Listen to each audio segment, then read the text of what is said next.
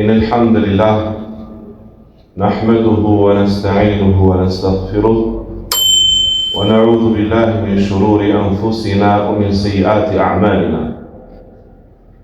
من يهده الله فلا مضل له ومن يضلل فلا هادي له أشهد أن لا إله إلا الله وحده لا شريك له وأشهد أن محمدا عبده ورسوله. Falënderimet I përkasin vetëm Allahut të madhëruar, vetëm Allahun falenderojmë dhe vetëm për Allahut të ndihmë kërkojmë. E lusë Allahun Azza wa Jall mëshirues, mëshirbërës të na falë gjunat dhe gabimet tona, dhe e lusim Allahun e madhëruar, Zotin e gjithësisë, të na ruaj nga të këqijat e vetëve tona dhe të këqijat e punëve tona. Atë njeri që Allahu I madhëruar e udhëzoi në rrugën e drejtë, nuk ka kush mundësi ta humbi atë nga kjo rrugë. Dhe atë njeri që Allahu I madhëruar e devijoi dhe e humbi nga rruga e drejtë për shkak të punës së tij, askush nuk ka mundësi ta rikthejë në udhëzim në rrugën e drejtë përveç Allahut të madhëruar. Dëshmoj dhe deklaroj se I vetmi I cili meriton të adhurohet në të drejtë është Allahu I madhëruar, I vetëm dhe I pashok, dhe se Muhamedi alayhis salam është robi I Allahut dhe I dërguari I Tij. Falënderimi përket vetëm Allahut të madhëruar që na udhëzoi në rrugën e drejtë në Islam. E lut Allahun Azza wa Jall të na shtojë udhëzimin në rrugën e drejtë, të na mbajë në rrugën e drejtë deri në fund, deri në vdekje, dhe na marrë shpirtin si besimtar musliman dhe ai është I kënaqur me ne. Amin. Ky do të jetë shqetësimi më I madh I çdo njeri për nesh. Si do të dalë shpirti për trupin tonë dhe a do jeti I kënaqur Allahu I madhëruar me ne në atë moment. Të dashur vëllezër, të gjithë ne jemi dëshmitar për atë që ndodhi para disa ditësh në qytetin e Durrës. Një person, jo I vogël në moshë, mbi 40, I pirë, I dehur, shtyp në makinën e tij 3 fëmijë. 2 I bën colla dhe njërin prej tyre e plagos shumë rënd dhe thot pastaj kur I vin mend mos lini të gjallë në vrisë. Në vitin 91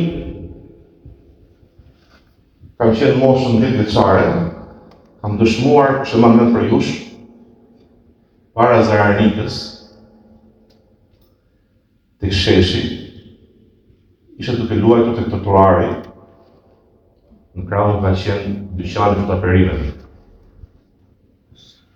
Vjen autobusi I linjës të marrë fshatar, ka qenë stacionin që çonte, nuk e di cilin fshat. Vjen autobusi dhe unë ndjek autobusin, subhanallah, ndjek duke ecur duke ardhur me shpejtësi jo shumë të madhe. Fshatarët dalin para autobusit dhe unë pash në sytë e mi se si autobusi futi poshtë vetes 5 deri në 6 personë. Gjoja kërcitjen e kocave dhe gjova kërcitjen e kafës së njërës prej grave që truri I saj janë I kontenira. Kjo është dëshmia ime. Moshën 10 vjeç. Dhe subhanallah, njëri nga ata që u futën poshtë autobusit, subhanallah, Fatimi Zot që po tregoj tani këtë histori, era parë që tregoj në hutbë, deri gjallë se kam rrota e autobusit. Dhe gruaja e tij ishte ajo që u shtyp. I tmerruar del dhe u lërin. Unë isha ngrirë në pamje, fëmijë. Personi kishe pi. Sa dopi me shokët pas trege. Kishe knaq. Edhe për edhe këto që bëri të tmerë. Lutë se larë vini në pasire, lutë. Shtypi këta persona, pa fajshëm, të shkretët u quan për të dalur aty për të vendin më të mirë, pra do në para autobusit, a i mori një, pam, po shrodhave. Sistemi i shoqërisë sonë është ndërtuar i tillë që nuk i parandalon gjërat e këqija. Por përkundrazi, ja fut thikën pas shpinën e shoqërisë duke i lehtësuar rrugët dhe shkaqet që shkojnë të shoqërinë shkatërim në rënim, në humbje. Lejon shkaqet,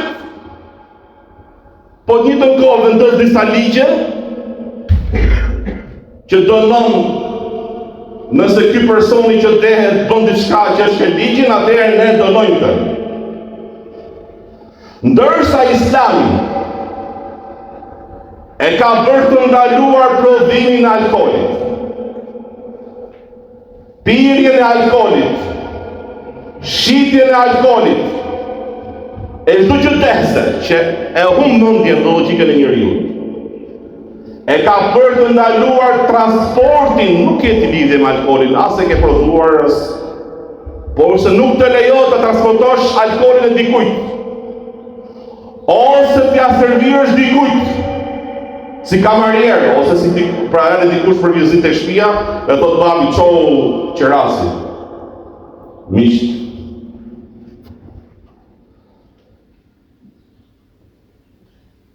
është i mallkuar ai i cili e pi, e prodhon, e shet, e transporton, e servir, e reklamon, sepse çdo pik dehse e humb logjikën e njeriut. Dhe kur humb logjika e njeriut, tërësisht atëherë prit gjithë shiat. Thot profeti sallallahu alaihi wasallam, largohuni nga pijet dehse, sepse pijet dehse janë çelësi i çdo të keqeje. Sikur se ka thënë gjithashtu Uthman ibn Affani, Allahu qoftë kënaqur me të, alkooli ose pijet dehse janë nëna e të gjithë këqijave. O i do si të keni besuar, me të vërtet pijet dehse, bigjozi, adhurimi i idhujve, shortet, lorat e fatit, janë prej punës, janë të pista prej punës të shejtanit. Dëgjoni, largoni nga ato, nëse doni të shpëtoni, si individ, si familje, si shoqëri. Sa familje është shkatëruar nga alkooli, nga pijet dehse.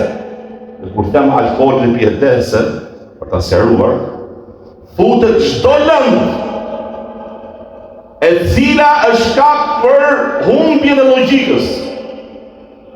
Të gjithë llojet të drogave, të gjithë lëndët narkotike, të cilat e humbin mendjen dhe logjikën e njeriu. Pse shoqëria jon i lejon 3 milion njerëz vdesin në vit nga alkooli në botë. 3 milion njerëz çdo vit, vetëm nga alkooli. Sa familje janë ndarë, bashkëshortët, nësë familje ka dhunë familjare, buri i cili konsumon për herë alkoolin, ushtron dhunë të vazhdueshme ndaj gruas, ndaj fëmijëve. Pse lejohen, e pyetje e çuditshme për hoç. Pse lejohen kafenet me alkool? Pse? Kur ka gjithë to dëme dhe rreziqe për shoqërinë. Sepse atyre nuk i intereson një shoqëri e shëndosh me moral. Intereson konsumatori, përfitimi material dhe prishja e shoqërisë nga ana e moralit. Nuk dua një shoqëri të moralshme. Kush? Ata që e ndërtuan këtë sistem, që ne e pasojmë dhe imitojmë. Botën perëndimore që i lejon alkoolin, lëndë narkotike, bigjozin, lejon prostitucionin, në emër të lirisë, në emër të qeteve, plotësimit të shqirave, dhe është shkatërruese. Është shkatërruese për shoqërinë, ajo shoqëri e cila e ka të lejuar, e ka shumë normale konsumimin dhe shumë të lehtësuar konsumimin e pijeve alkolike, e pijeve dehse dhe konsumimin e lëndëve narkotike. Të dashur vëllezër, argumentet të Islamit janë të shumta që e parandalojnë individin të bjeri në këtë gjë shumë të rrezikshme. Argumentet tregojnë që dënimi i atij i cili pi alkoolin është shumë i madh ditën e gjykimit. Ai person që pi alkoolin në dynja dhe vdes i papenduar nga kjo vepër, do të pi në zjarrin e xhehenemit nga lëngjet e trupit të banorëve të zjarrit, nga qepi dhe gjakrat e tyre. Dhe nuk bashkohet tek njeriu edhe besimi dhe pija alkoolit. Jo që është jo besimtar, ka dalur nga feja. Po ka ardhur hadithi në këtë tekst, ai i cili pi alkoolin nuk është besimtar. Në momentin që e pi alkoolin, pra besimi i tij është shumë i mangët. Ai i cili e pi alkoolin dhe vdes i papenduar, hadithi tjetër, do ringjallet ditën e gjykimit si adhurues i idhujve.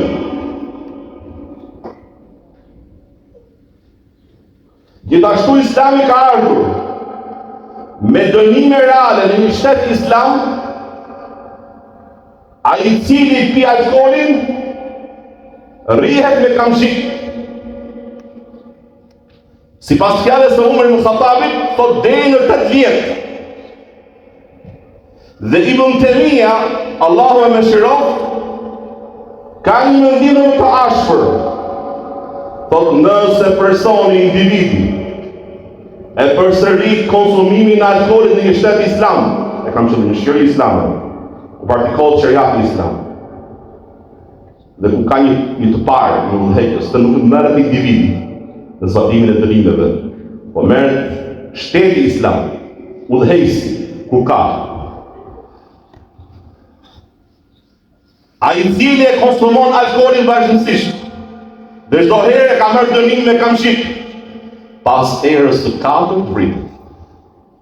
Dikush, pse ka ashpër? Atëherë nëse të kthehemi ke ngjarja e autobusit me këtij personi që vrau. Dhe të pyesim ata prindër, ata të afërm, në lidhje me këtë person. Çfarë dëshirojnë? Dhe Allahu i madhëruar në ajetin e Kuranor për në surën Maide përmend se shejtani i mallkuar nëpërmjet alkoolit dhe bigjozit dëshiron të fusë midis njerëzve në shoqëri urrejtje dhe armiqësim. Urrejtjen dhe armiqësim, mos pasi siguri. Prandaj të dashur vëllezër, Islami urdhëron në ruajtjen e 5 gjërave. Pra kjo fe, Islami ka ardhur për ruajtjen e besimit, e nderit, e pasurisë, e gjakut, patjetës, dhe gjithashtu ruajtjen e logjikës. Çdo gjë, çdo lëndë, dehse, quaj se duash, që e humb logjikën e njeriut është ndaluar. Është haram. Por se shumica e njerëzve nuk e duan këtë gjë. Duan të kënaqen. Thojë, dhe ata s'kan kënaqësi. Se njerëzit më me ankth janë të alkoolizuar, më me stres në probleme. Dhe keni kujdes, fëmijët, keni kujdes, edhe vetë të juaj me kështë shërohën. Sepse jetojmë një shoqëri që s'do ta di kush as për fëmijën, as për familjen, as për individin, as për shoqërinë. Por se besimtari shikon argumentet Allahut madhëruar, shikon argumentet që tregojnë për madhështinë e Zotit, për madhështinë e fesë së Tij. E shikon nëpërmjet dispozitave që Allahu ka vendosur prej halalit dhe haramit, prej kufive që Allahu ka vendosur në mënyrë që shoqëritë të rregullohen. Sa bukur do ishte një shoqëri pa alkool, pa lëndë narkotike, pa bigjoz, pa prostitucion, pa korrupsion. Imagjinoni, keni shoqëri tjetër? Ajo është shoqëria islame. Si ku bia ime të ishte bërë vjedhje, po profesional, do t'ja kisha prerë dorën.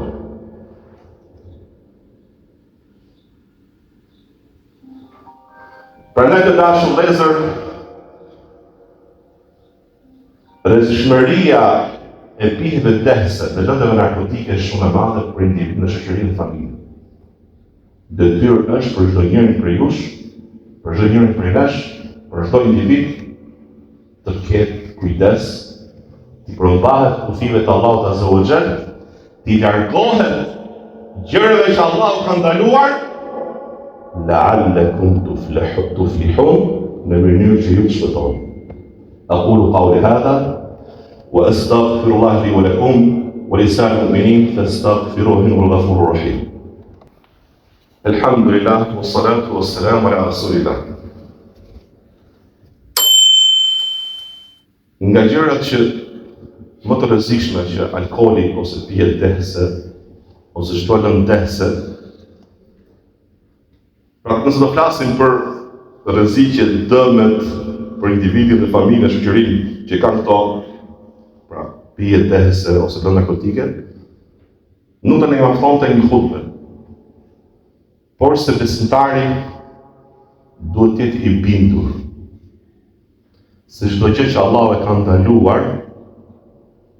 e ka ndaluar për të keqen dhe dëmin që ai ka për individin dhe shoqërinë.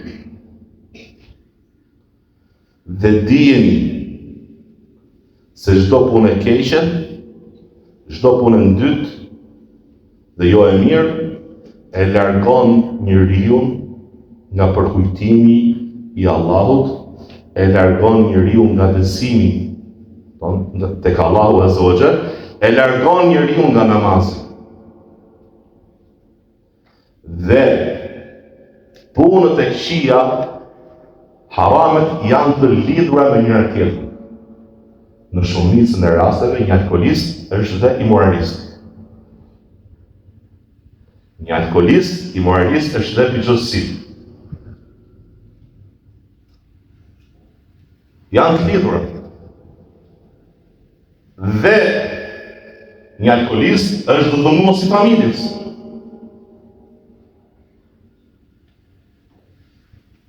Dhe ku shkatërrohet familja, shkatërrohet shoqëria. Ne si besimtarë duhet japim shembullin më të mirë. Mirë ai besimtar i cili i thot vetes musliman dhe nuk le gjë pa bërë. Allahu na ruaj. E lutem Allahun e madhëruar ta ruaj shoqërinë tonë nga çdo gjë e keqe. E lutem Allahun e madhëruar të na udhëzojë ne, familjet tona, fëmijët tanë në rrugën e drejtë. E lutem Allahun e madhëruar të na bëjë të urryer të keqen dhe na largof të këqijat nga ne. Dhe na bëjë të dashur të mirën dhe ta mundsoj ta veprojmë atë dhe na bëjë për atyre që i afrohen të mirët dhe bashkohen me të mirët. E lutem Allahun e madhëruar të na ruaj nga zjarri i xhehenemit, dënimi i varrit. E lutem Allahun e madhëruar të na mundsoj kalimin e urës së Siratit. E lutem Allahun e madhëruar të na zbardhë fytyrat tona ditën e gjykimit. E lutem Allahun e madhëruar të triumfojë muslimanët kudo që janë. Inna Allaha wa malaikatahu yusalluna 'alan nabi ya ayyuhalladhina amanu sallu 'alayhi wa sallimu taslima. Allahumma salli ala Muhammadin wa ala ali Muhammad kama sallaita ala Ibrahima wa ala ali Ibrahima innaka Hamidum Majid. اللهم بارك على محمد وعلى آل محمد كما باركت على إبراهيم وعلى آل إبراهيم إنك حميد مجيد. إن الله يأمر بالعدل والإحسان وإيتاء القربى وينهى عن الفحشاء والمنكر والبغي يعظكم لعلكم تذكرون فأقم الصلاة